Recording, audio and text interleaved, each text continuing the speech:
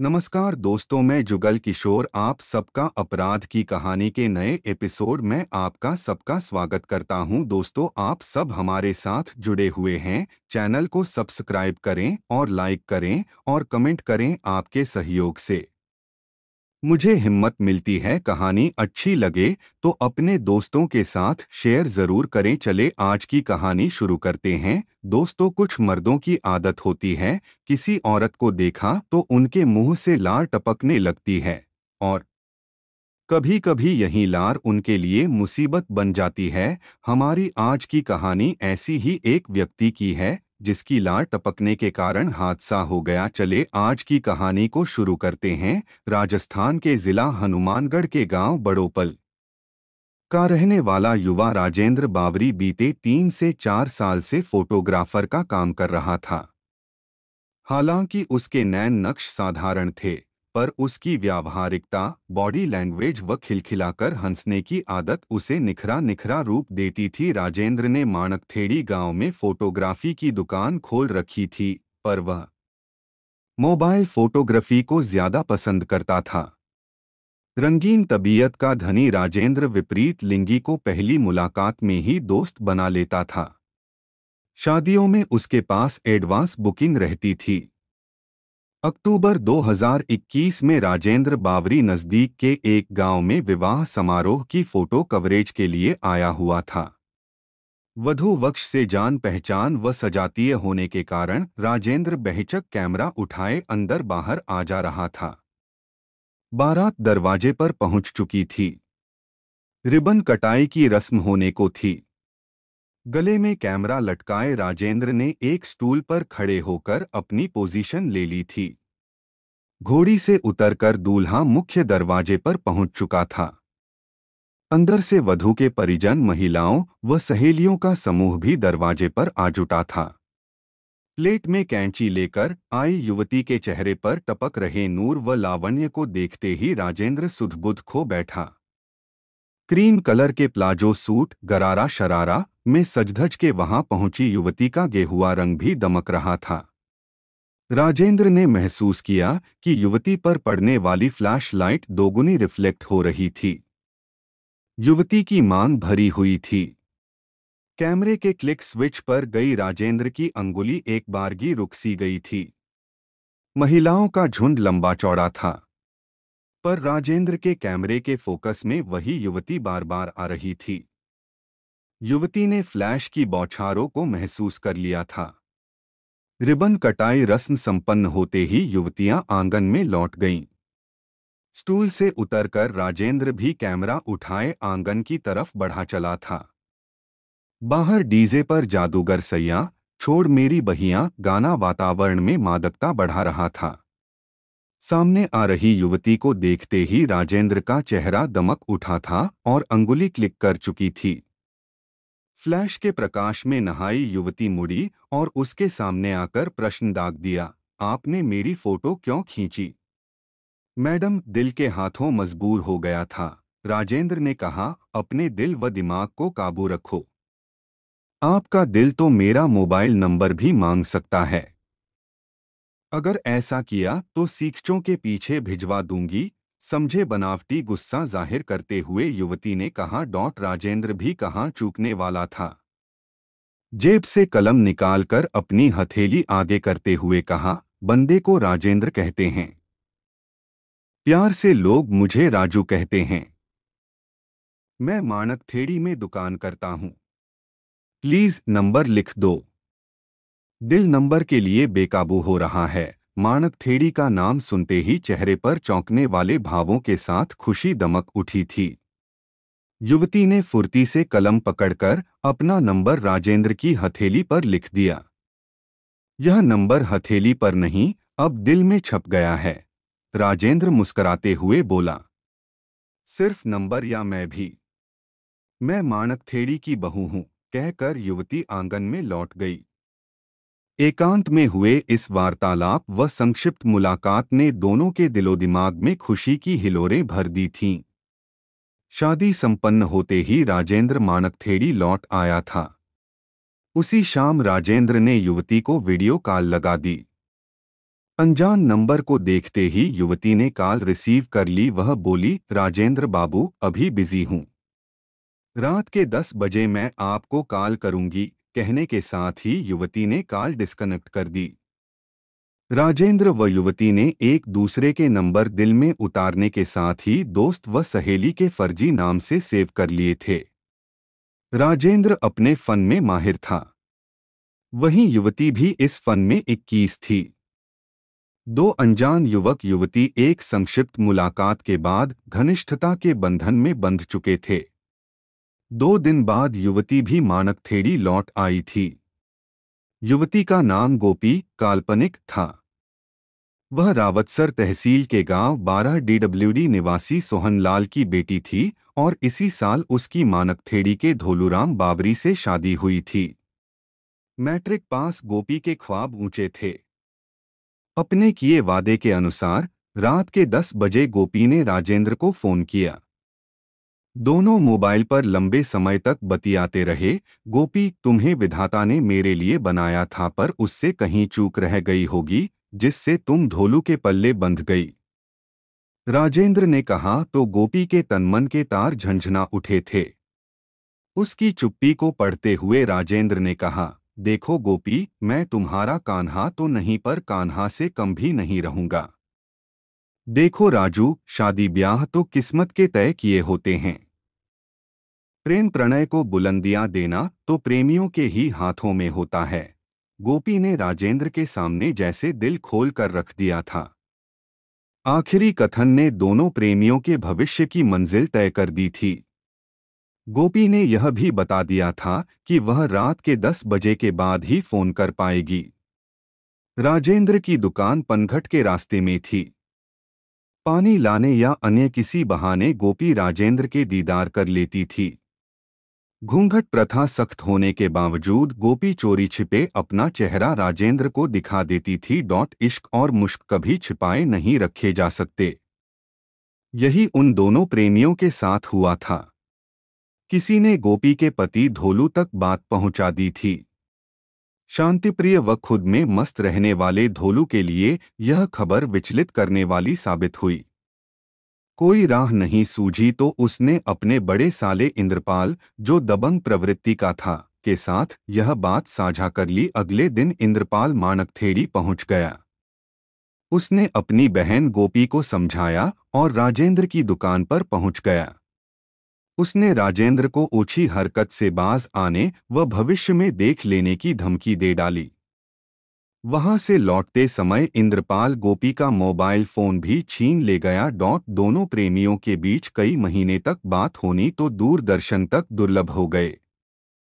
होली के दिन रंग में सराबोर हुआ राजेंद्र गोपी तक एक मोबाइल फोन पहुंचाने में सफल हो गया था। अब सावधानी के साथ दोनों प्रेमी 3 से 4 दिनों के अंतराल से बात करने लगे थे। लेकिन यह बात किसी तरह इंद्रपाल को पता चल गई। 24 जून को इंद्रपाल के ममेरे भाई की शादी थी। बारात में इंद्रपाल, राधेश्याम, मांगीलाल, सोनू आदि दोस्तों की ड्राइवरों के साथ लड़ाई हो गई। उक्त सभी पुलिस से बचने के लिए अपने जीजा धोलू के पास जा पहुंचे। वहां पर बहन और राजेंद्र की हकीकत जानकर इंद्रपाल का खून खौल उठा, पर धोलू ने कोई लफड़ा नहीं करने की हिदायत दे डाली थी।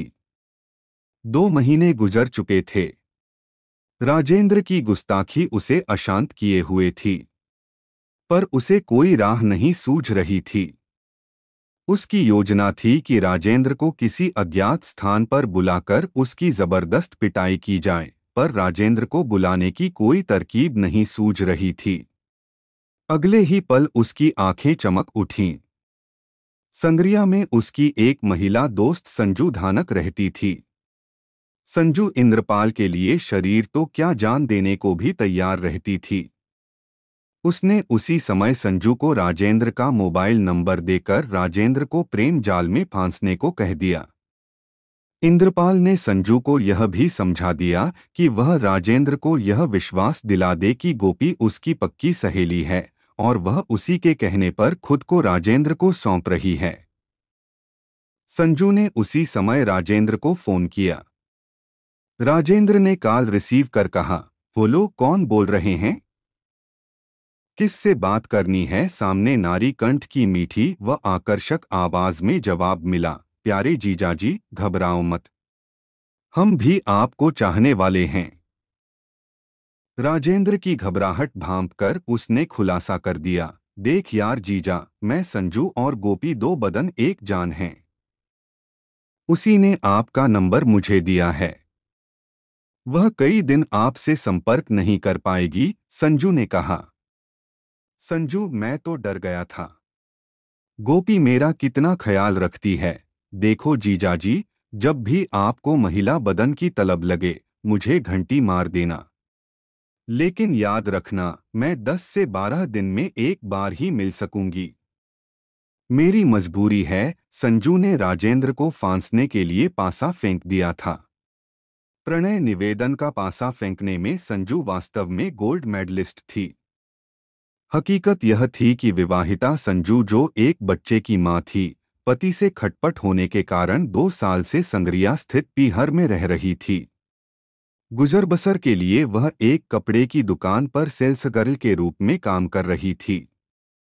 इंद्रपाल के प्लान के मुताबिक संजू अपने फोन में रिकॉर्ड हर बातचीत इंद्रपाल तक पहुंचा देती थी। अब राजेंद्र संजू की सेक्सी बातों से प्रभावित होकर उसका गुलाम बन चुका था। इंद्रपाल का प्लान अब सही राह पकड़ चुका था। वह अपनी बहन गोपी का बचाव करने के लिए संजू को मोहरे के रूप में इस्तेमाल कर रहा था। 16 जुलाई 2022 को इंद्रपाल ने अपने दोस्तों राधेश्याम जीतराम, सोनू मांगीलाल व एक नाबालिग प्रेम को अपनी ढाणी में बुला लिया। इंद्रपाल ने संजू से कह दिया कि वह राजेंद्र को किसी तरह 17 जुलाई को रावतसर स्थित खेतरपाल मंदिर बुला ले। संजू ने ऐसा ही किया। उसने 17 जुलाई की सुबह ही राजेंद्र को फोन कर कहा, यार, आज मिलन का मूड है, मैं फ्री हूं। दोपहर तक रावतसर के खेतरपाल मंदिर पहुंच जाओ। वहां होटल में मौज मस्ती के लिए कमरा आराम से मिल जाता है। हालांकि उस दिन राजेंद्र की शाम के समय एक समारोह की बुकिंग थी, पर संजू से मिलने की चाहत में उसने हाँ कर दी। जेब में नकदी, एटीएम कार्ड, कैमरा आदि लेकर राजेंद्र रावतसर पहुंच गया था। खेतरपाल मंदिर तक पहुंचाने के लिए उसने अपने ममेरे भाई सुभाष बावरी, जो नजदीकी गांव कणवाणी में रहता था, को फोन कर मोटरसाइकिल सहित रावतसर बुला लिया था। सुभाष के साथ राजेंद्र बावरी 3 किलोमीटर दूर खेतरपाल मंदिर पहुंच गया था। वहां राजेंद्र व संजू ने फोन के सहारे एक दूसरे को पहचान लिया था। मेकअप से लकदक व मनमोहक कपड़े पहने संजू राजेंद्र को हूर की परी लग रही थी। संजू ने साथ में खड़े प्रेम को अपना भाई बताया।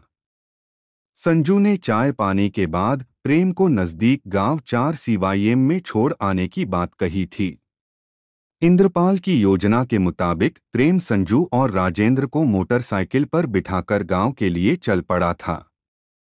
तब तक अंधेरा घिर आया था। जैसे ही कच्ची सड़क पर मोटरसाइकिल उतरी, वहीं घात लगाए बैठे पांचों दोस्त राजेंद्र पर टूट पड़े। लाठियां व ठोकरें लगने से घायल हुआ राजेंद्र बेहोश हो गया था। उन्होंने उसे घसीटकर झाड़ियों में डाल दिया। उसी दौरान राजेंद्र ने दम तोड़ दिया था। सुबह एक अज्ञात राहगीर ने झाड़ियों में शव पड़े होने की सूचना रावतसर थाने में दी। सूचना मिलते ही थाना प्रभारी रविंद्र नरूका मौके पर पहुंच गए। लोगों ने उसकी शिनाख्त गांव बड़ोपल निवासी धर्मपाल बावरी के बेटे फोटोग्राफर राजेंद्र के रूप में की। पुलिस ने शव बरामद कर उसके घर वालों को सूचना दे दी थी। राजेंद्र के फोन में आखिरी कॉल संजू की थी। पुलिस ने तुरंत संजू को हिरासत में ले लिया। सख्ती से की गई पूछताछ में संजू ने अपना अपराध स्वीकार कर लिया। तब पुलिस ने संजू के बताए अनुसार अन्य मुलजिमों की पहचान कर उनके खिलाफ भादंसन की धारा 302, 364, 382, 201 व 120B के अंतर्गत मुकदमा दर्ज कर लिया गया। रावतसर की डीएसपी सुश्री पूनम चौहान के निर्देश पर प्रकरण की जांच थाना प्रभारी रविंद्र नरूका ने अपने हाथ में ले ली थी। पुलिस ने दबिश दी मगर संजू के अलावा अन्य आरोपी फरार हो गए थे। आरोपियों की गिरफ्तारी के लिए पुलिस की 8 टीमों ने अथक भागदौड़ कर शेष आरोपियों जीतराम, सोनू, मांगीलाल, इंद्रपाल, राधेश्याम व नाबालिग प्रेम को अलग अलग जगहों से गिरफ्तार कर लिया। रिमांड अवधि में पुलिस ने लाठियां, मोटरसाइकिल आदि बरामद कर प्रेम के अलावा सभी आरोपियों को न्यायिक अभिरक्षा में भिजवा दिया था। प्रेम को बाल न्यायालय में पेश कर बाल सुधार गृह भेज दिया। सभी आरोपी बावरी जाति से हैं, जबकि संजू पत्नी शिवलाल निवासी संगारिया धानक है। निर्मम हत्याकांड का चश्मदीद गवाह सुभाष बावरी है, जो अपने ममेरे भाई राजेंद्र को मंदिर छोड़ने पहुंचा था। सुभाष ने संजू व प्रेम के अलावा वहां संदिग्ध लग रहे अन्य आरोपियों को देखा था। अपनी बहन गोपी के दाम्पत्य जीवन को बचाने के लिए इंद्रपाल के अविवेकपूर्ण निर्णय ने न केवल अपना बल्कि 6 अन्य नौजवानों का भविष्य भी अंधकारमय कर दिया। दोस्तों, आपको कहानी अच्छी लगी हो तो चैनल को सब्सक्राइब जरूर करना और लाइक कमेंट भी कर देना। आपका लाइक और शेयर मुझे हिम्मत देता है। कल फिर आपसे मिलेंगे एक और नई कहानी के साथ। तब तक अपना ख्याल रखें। धन्यवाद।